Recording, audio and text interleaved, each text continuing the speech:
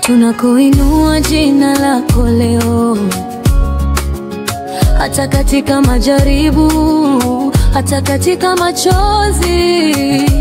Tunajua furaha yetu haitegemei mazingira, bali inatoka kwako pekee.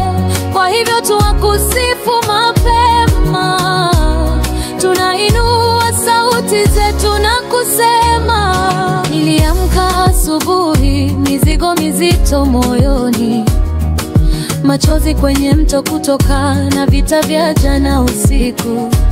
Lakini kitu ndani yangu kilianza kuchochea tena, sauti ile ya zamani ikasema, mwanangu anza tu.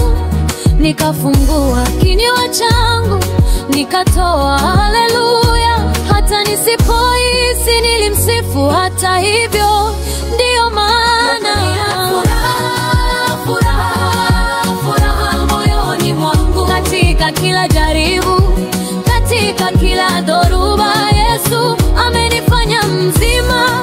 Ibilisi alijaribu kuiba, lakini hawezi kuchukua udhibiti. Bado nina furaha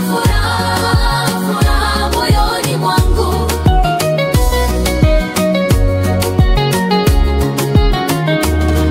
Daktari alinipa ripoti iliyotikisa magoti yangu. Bili zinaendelea kuja, pesa ni fani, ni vigumu kupumua.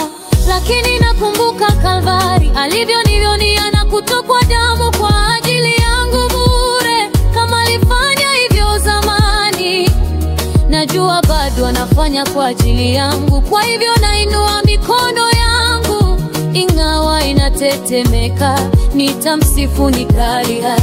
Kwa maana ibada yangu ni silaha, na ushindi tayari yuko mkononi mwake. Bado nina furaha moyoni mwangu. Katika kila jaribu, katika kila dhoruba, Yesu amenifanya mzima. Ibilisi alijaribu kuiba, lakini hawezi kuchukua udhibiti. Bado nina furaha moyoni mwangu. Haitegemei jinsi ninavyohisi wala ninachokiona. Furaha inatoka kwa kujua yeye anayeishi ndani yangu. Aliye ndani yangu ni mkuu kuliko yule aliye ulimwenguni. Kwa hivyo napiga kelele kama askari, nikiinua bendera yangu juu. Furaha moyoni mwangu.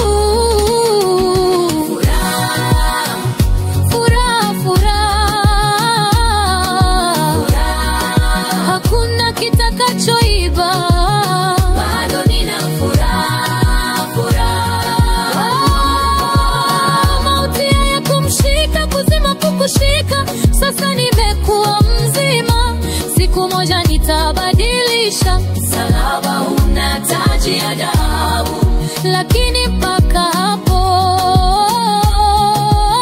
bado nina furaha moyoni mwangu. Furaha ya Bwana nguvu zangu, furaha ya Bwana nguvu zangu. Hata kama kila kitu kinayumba, furaha ya